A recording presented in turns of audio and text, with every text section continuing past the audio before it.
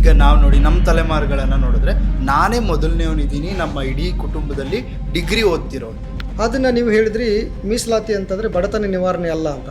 But ಅವರು ಅದರಲ್ಲಿ coat ಮಾಡಿದ್ದು ಅಥವಾ ಉದ್ದೇಶಪೂರ್ವಕವಾಗಿ ಬ್ರಾಹ್ಮಣರಲ್ಲಿರುವ ಬಡವರಿಗೆ ಈ ಮೀಸಲಾತಿ ಅಂತ. ಎಲ್ಲಿವರೆಗೆ ಮುಂದುವರಿಸ್ಬೇಕಿದೆ ಮೀಸಲಾತಿನ? ಸುಧಾರಣೆ ಆಗೋವರೆಗೂ. ನಮ್ಮ ಜಾತಿ ನಮ್ಗೆ ಇಷ್ಟ ಇಲ್ಲ ಅಂದರೂ ಇನ್ನೆಟ್ಟು ಕೊಟ್ಬಿಡ್ತಾರೆ ಹುಟ್ಟಿದಾಗ್ಲಿಂದಾನೆ. ಧರ್ಮ ನಮ್ಗೆ ಇಷ್ಟ ಇಲ್ಲ ಅಂದರೂ ಕೊಟ್ಬಿಡ್ತಾರೆ. ಆದರೆ ಈ ನಾಲೆಡ್ಜ್ ಅನ್ನೋದು, ಕಾನ್ಫಿಡೆನ್ಸ್ ಅನ್ನೋದು, ಟ್ಯಾಲೆಂಟ್ ಅನ್ನೋದು, ವಿದ್ಯಾಭ್ಯಾಸ ಅನ್ನೋದು ಇನ್ನೆಟ್ಟಲ್ಲ.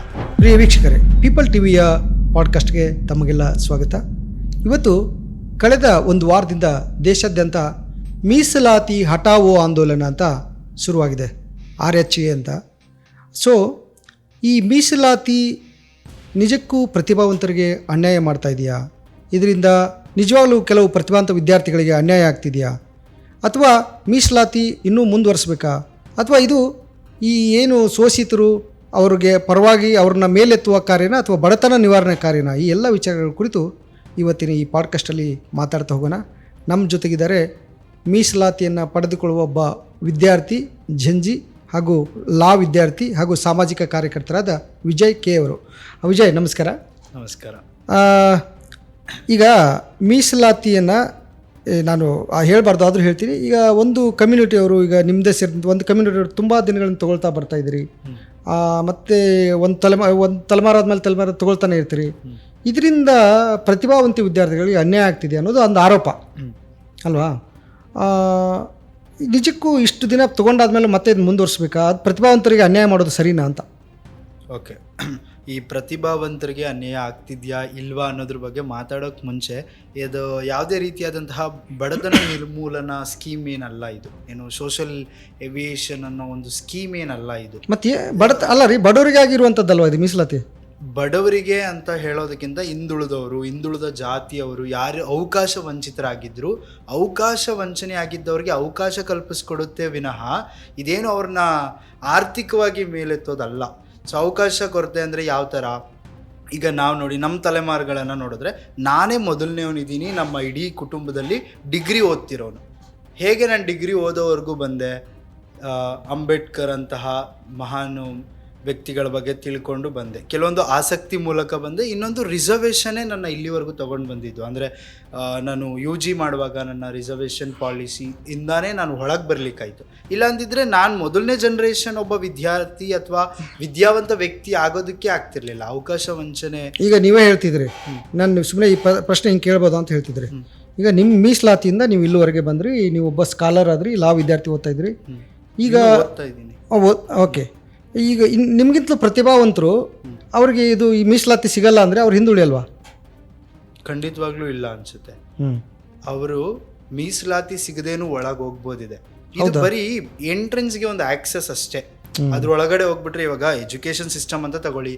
ಎಜುಕೇಷನ್ ಸಿಸ್ಟಮ್ ಅಂದಿದ ತಕ್ಷಣ ಮೀಸಲಾತಿಯಿಂದ ನಾನು ಒಳಗೋದೆ, ಇನ್ನೊಬ್ರು ಯಾರು ಹಾಗೆ ಒಳಗೆ ಬಂದರು.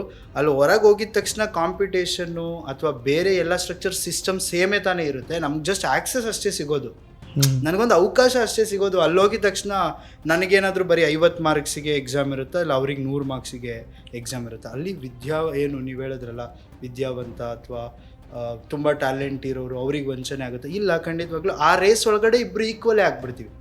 ಈಕ್ವಿಟಿ ಅನ್ನೋ ಒಂದು ಕಾನ್ಸೆಪ್ಟ್ ಇಂದ ನಾನು ಒಳಗೆ ಹೋಗ್ತೀನಿ, ಮತ್ತೆ ಅಲ್ಲಿ ಈಕ್ವಾಲಿಟಿ ಅನ್ನೋ ಕಾನ್ಸೆಪ್ಟ್ ಅಲ್ಲಿ ರೇಸ್ ಶುರು. ಅಲ್ಲ, ನಿಮ್ಗೆ ಆಕ್ಸೆಸ್ ಅಷ್ಟೇ ಅಲ್ಲ, ಉದ್ಯೋಗ ಅಂತ ಬಂದಾಗ ಎಲ್ಲರಿಗೂ ಸರ್ಕಾರಿ ಉದ್ಯೋಗಗಳಲ್ಲಿ ಉದ್ಯೋಗ ಎಲ್ಲರಿಗೂ ಈ ಮೀಸಲಾತಿ ಇದ್ದವ್ರು ಜಾಸ್ತಿ ಸಿಗುತ್ತೆ. ಸರಿ, ಈಗ ಒಬ್ಬ 90 ಮಾರ್ಕ್ಸ್ ತೊಗೊಂಡಿರ್ತಾನೆ, ಮಾಸ್ಟರ್ ಆಗ್ತಾನೆ, ಟೀಚರ್ ಆಗ್ತಾನೆ. ಇನ್ನೊಬ್ರು 60 ಮಾರ್ಕ್ಸು 50 ಮಾರ್ಕ್ಸು, ಈಗ ಮೊನ್ನೆನೆಲ್ಲ ಟ್ರೋಲ್ ಮಾಡಿದ್ರು, 35 ಮಾರ್ಕ್ಸ್ ತೊಗೊಂಡ್ರು ಟೀಚರ್ ಮಾಡಿಬಿಡ್ತಾರೆ, ಅದರಿಂದ ಮಕ್ಕಳು ಏನು ಕಲಿತವೆ ಅಂತ ಈ ಥರ ಎಲ್ಲ ಪ್ರಶ್ನೆಗಳು ಹೇಳ್ತಾ ಇದ್ದಾವೆ. ಏನು ಹೇಳ್ತೀರಿ ಇದಕ್ಕೆ? ಮಾರ್ಕ್ಸ್ ಅನ್ನೋ ವಿಷಯಕ್ಕೆ ಬಂದರೆ, ಮಾರ್ಕ್ಸ್ ಕಾರ್ಡಲ್ಲಿ ಇರೋ ಮಾರ್ಕ್ಸ್ ಮಾತ್ರ ಏನು ನಮ್ಮ ಸ್ಕಿಲ್ನಾಗಲಿ ಅಥವಾ ನಮ್ಮನ್ನು ಸರ್ಟಿಫೈ ಮಾಡೋದು ಬರೀ ಮಾರ್ಕ್ ಶೀಟ್ ಆಗಿರಬಾರ್ದು. ಸೊ 35 ತೊಗೊಂಡೋಗಿದ್ರು, ಅದಷ್ಟು ಅವಶ್ಯಕತೆ ಇತ್ತು, ಅಷ್ಟು ತೊಗೊಂಡ್ರು ಹೊರಗೆ ಅಂದರೆ ಒಳಗೆ ಎಂಟ್ರಿ ಕೊಟ್ಟರು ಅನ್ನೋದು ನೀವು ಹೇಳ್ತಿದ್ದೀರ. ಟೀಚರ್ ಮಾಡಿಬಿಡ್ತಾರೆ. ಮಾರ್ಕ್ಸ್ ಅನ್ನೋದೇ ಮೇನ್ ಮಾನದಂಡ ಆಗಬಾರ್ದು. ಇವಾಗ ನನ್ನನ್ನೇ ತಗೊಳ್ಳಿ, ನಾನೊಂದು first class pass out student.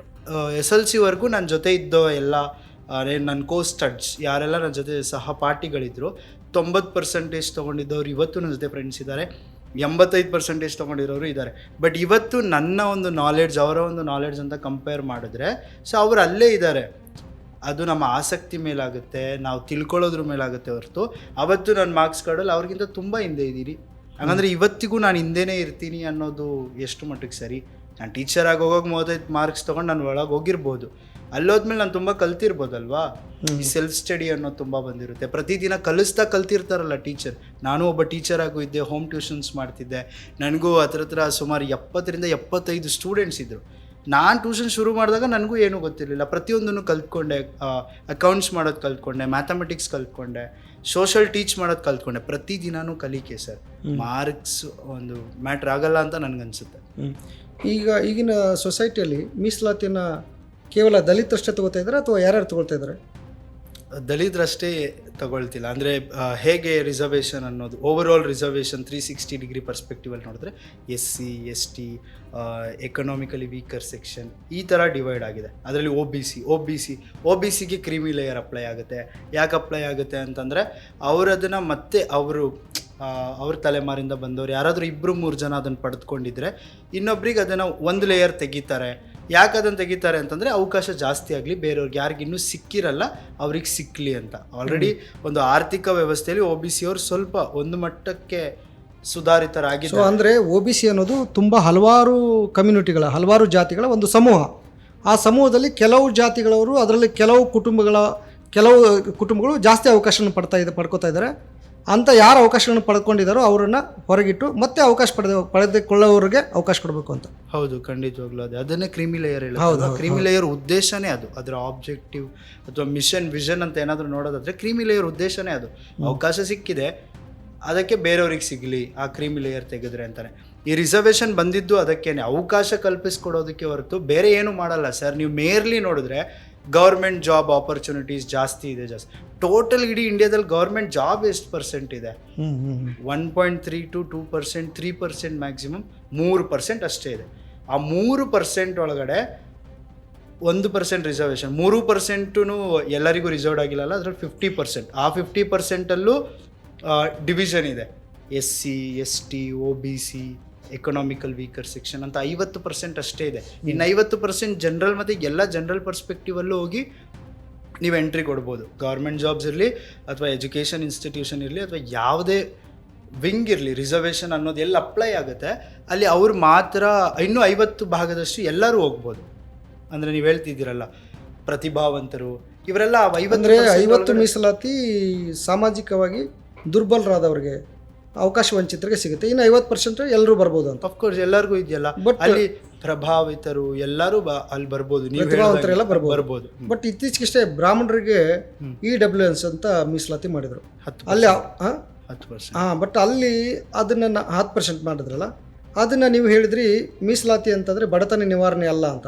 But ಅವರು ಅದರಲ್ಲಿ ಕೋಟ್ ಮಾಡಿದ್ದು ಅಥವಾ ಉದ್ದೇಶಪೂರ್ವಕವಾಗಿ ಬ್ರಾಹ್ಮಣರಲ್ಲಿರುವ ಬಡವರಿಗೆ ಈ ಮೀಸಲಾತಿ ಅಂತ. ಅದನ್ನ ಹೇಗೆ ನೋಡ್ತೀರಾ ನೀವು? ಈಗಲೂ ಅದನ್ನ ಹೇಳ್ತೀನಿ, ಇದೊಂದು ಬಡತನ ನಿರ್ಮೂಲನಾ ಸ್ಕೀಮ್ ಅಲ್ಲ. ಮತ್ತೆ ಬಡವ್ರಿಗೆ ಕೊಟ್ರಲ್ರಿ, ಬ್ರಾಹ್ಮಣ ಬಡವ್ರಿಗೆ ಕೊಟ್ರಲ್ಲ, ಯೋಜನೆ ಅಲ್ಲ. ಎಕನಾಮಿಕಲಿ ವೀಕರ್ ಸೆಕ್ಷನ್ ಅಂದ್ರೆ ಆರ್ಥಿಕವಾಗಿ ಕಷ್ಟ ಇರೋರಿಗೆ, ಅಂದ್ರೆ ಅವ್ರನ್ನ ಪೂರ್ತಿ ಬಡವರು ಅಂತ ಹೇಳ್ತಿಲ್ಲ. ಎಕನಾಮಿಕಲ್ ವೀಕರ್ ಸೆಕ್ಷನ್ ಅಂತಂದ್ರೆ ಅವ್ರ ಮಿಡಲ್ ಕ್ಲಾಸು ಆಗಿರ್ಬೋದು. ಬಡತನನೇ ಬೇರೆ ಅಲ್ಲ. ಬ್ರಾಹ್ಮಣರಿಗೆ EWS ಕೊಟ್ರಲ್ಲ, ಅದ್ರ ಬಗ್ಗೆ ಏನು ನಿಮ್ಮ ಒಪಿನಿಯನ್? ಜಾತಿಗೆ ಕೊಟ್ಟರು ಅನ್ನೋದಕ್ಕಿಂತ ಅದರಲ್ಲಿ ಒಂದು ಸ್ವಲ್ಪ ಸಪೋರ್ಟಿವ್ ವರ್ಡೇ ಇದೆ, ಎಕನಾಮಿಕಲಿ ವೀಕರ್ ಸೆಕ್ಷನ್ ಅಂತ ಅನ್ನೋ ಕಾರಣಕ್ಕಷ್ಟೇ. ಅದರಲ್ಲೂ ಆಲ್ರೆಡಿ 10% ಸಿಕ್ಕಿದೆ. ಅವ್ರು ಆಲ್ರೆಡಿ ಬಲಪಂಥೀಯರು ಸ್ಟ್ರಾಂಗ್ ಆಗೇ ಇದ್ದಾರೆ. ನನಗೆ ಅಷ್ಟು ನಾನು ಕಾನ್ಸಂಟ್ರೇಟೆಡ್ ಆಗಿಲ್ಲ. ಬಟ್ ಯಾರೆಲ್ಲ ಇದನ್ನೆಲ್ಲ ವಿರೋಧಿಸ್ತಾರಲ್ಲ, ಅಂದರೆ EVZ ಬಿಟ್ಟು ಅದನ್ನೆಲ್ಲ ವಿರೋಧಿಸ್ತಾರಲ್ಲ, ಅವರ ವಿರುದ್ಧ ನನ್ನ ಧ್ವನಿ. ಸೊ ಈಗ ಹಾಗೆ ಅಂದರೆ ಇದರಲ್ಲಿ ಮೀಸಲಾತಿ ಅನ್ನೋದು ಎಲ್ಲ ಸಮುದಾಯಗಳು ಪಡ್ಕೊಳ್ತಾ ಇದ್ದಾರೆ ಅಂತ ನೀವು ಹೇಳ್ತಾರೆ. ಅಫ್ಕೋರ್ಸ್ ಎಲ್ಲರಿಗೂ ಸಿಗ್ತಾ ಇದೆ ಮೀಸಲಾತಿ. ಎಲ್ಲಿವರೆಗೆ ಮುಂದುವರಿಸಬೇಕಿದ್ದು ಮೀಸಲಾತಿನ? ಸುಧಾರಣೆ ಆಗೋವರೆಗೂ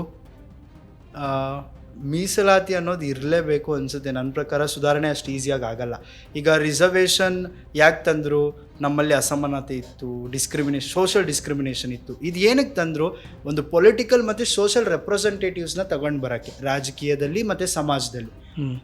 ಆ ಒಂದು ಕಾರಣಕ್ಕೆ ತಂದಂತಹ ಒಂದು ಪಾಲಿಸಿ, ರಿಸರ್ವೇಷನ್ ಪಾಲಿಸಿ ಅನ್ನೋದು.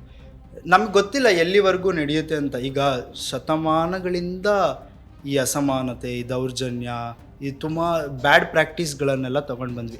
ಅವಾಗಿರೋರ್ಗೂ ಗೊತ್ತಿರಲಿಲ್ಲ ಅನ್ಸುತ್ತೆ ಯಾವತ್ತಿದು ಮುಗಿಯುತ್ತೆ ಅಂತ. ಸೊ ನನ್ನನ್ನು ಕೇಳಿದ್ರೆ ಯಾವತ್ತು ಮುಗಿಯುತ್ತೆ ಅಂತ ಹೇಳಕ್ಕೆ ನನಗೂ ಕಷ್ಟ ಆಗುತ್ತೆ.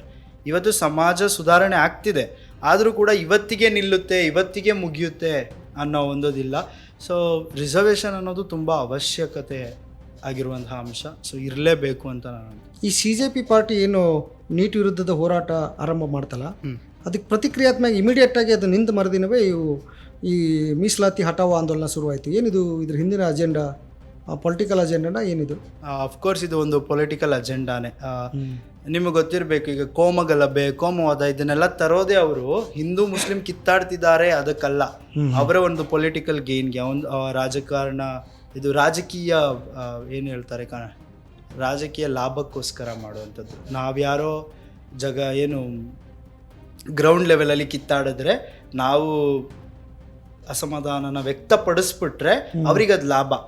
ಅದನ್ನು ಸುಧಾರಿಸೋ ಥರ, ಅದನ್ನು ಸರಿ ಮಾಡಿಸೋ ಥರ, ಒಂದು ವಿಂಗ್ಗೆ ಮಾತ್ರ ನಾವೇನೋ ಸಪೋರ್ಟ್ ಮಾಡ್ತೀವಿ, ಒಂದು ವಿಂಗಿಗೆ ನಾವು ಜಸ್ಟಿಸ್ ಕೊಡಿಸ್ತೀವಿ ಅನ್ನೋ ರೀತಿಯಲ್ಲೇ ಅವ್ರ ವಾದ ಇರುತ್ತೆ. ಅದಕ್ಕೆ ಕೋಮಗಲಭೆ, ಕೋಮವಾದ ನಮ್ಮ ದೇಶದಲ್ಲಿ ಪ್ಲಸ್ ಪಾಯಿಂಟ್ ಆಗಿರೋದು. ಈ ದೇಶದಲ್ಲಿ ಒಟ್ಟು ಉದ್ಯೋಗಗಳು 6% ಸರ್ಕಾರಿ ಉದ್ಯೋಗಗಳು ಸಿಗ್ತವೆ. ಇನ್ನು 94% ಉದ್ಯೋಗ ಅವಕಾಶಗಳು ಸಿಗೋದು ಖಾಸಗಿ ವಲಯದಲ್ಲಿ. ಹಾಗಾಗಿ ಖಾಸಗಿ ವಲಯದಲ್ಲಿ ಅಂದರೆ ಖಾಸಗಿ ಕಂಪನಿಗಳಲ್ಲಿ ಮೀಸಲಾತಿ ಇಲ್ಲ.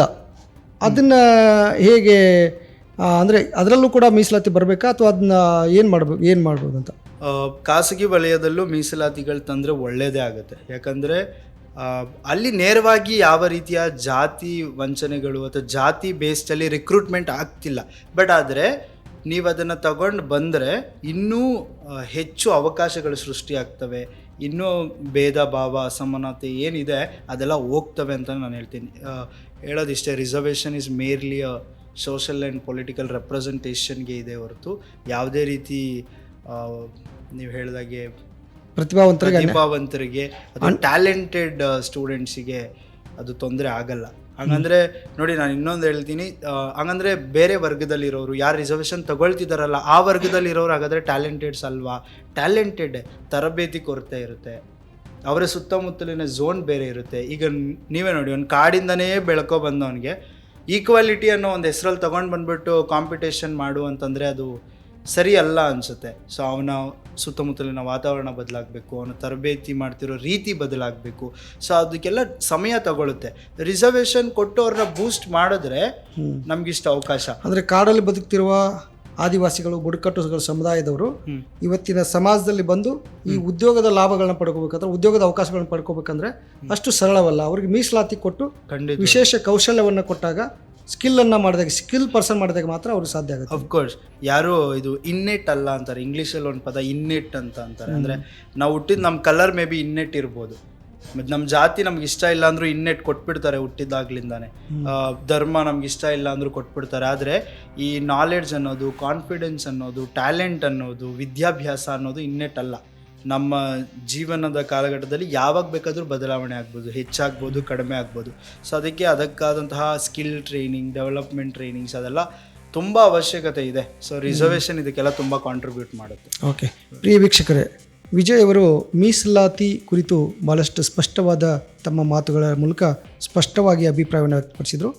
ಏನು ಮೀಸಲಾತಿಯನ್ನು ವಿರೋಧ ವ್ಯಕ್ತಪಡಿಸ್ತಿದ್ರಲ್ಲ, ಆ ವಿರೋಧ ವ್ಯಕ್ತಪಡಿಸುವವರು ದಯವಿಟ್ಟು ಈ ಪಾಡ್ಕಾಸ್ಟನ್ನು ವಿಜಯ್ ಅವರ ಮಾತುಗಳನ್ನು ಕೇಳಿಸಿಕೊಂಡು ತಮ್ಮ ವಿರೋಧವನ್ನು ಮತ್ತೆ ಮರು ವಿಮರ್ಶೆ ಮಾಡಲಿ ಅಂತ ಆಶಿಸ್ತಾ ಈ ಪಾಡ್ಕಾಸ್ಟನ್ನು ಮುಗಿಸೋಣ. ಧನ್ಯವಾದಗಳು.